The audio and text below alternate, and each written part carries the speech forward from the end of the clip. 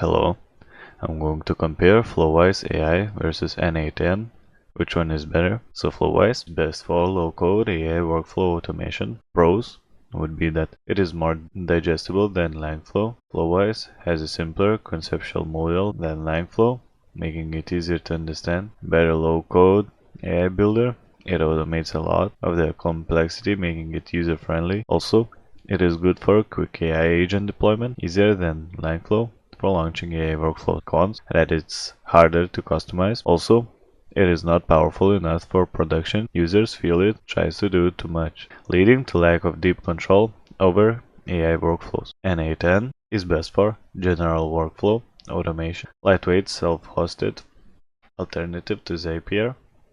Pros would be that it has great for API automation, fast and lightweight for trigger-based workflows like sending webhooks, updating Google Sheets, or automating API calls. Also, it is self-hosting possible. Unlike Make, you can run N8n on your own servers for more control. Also, it has fast deployment. Users say it's great for deploying simple integration like automating social media tasks, updating databases, or sending webhooks. Cons: that it's quirky and limited features. Some IoT-based legacy quirks make it less smooth compared to Make. Also, not AI-focused. While it can call AI APIs, it's not designed for AI-first workflows like Langflow or Flowwise.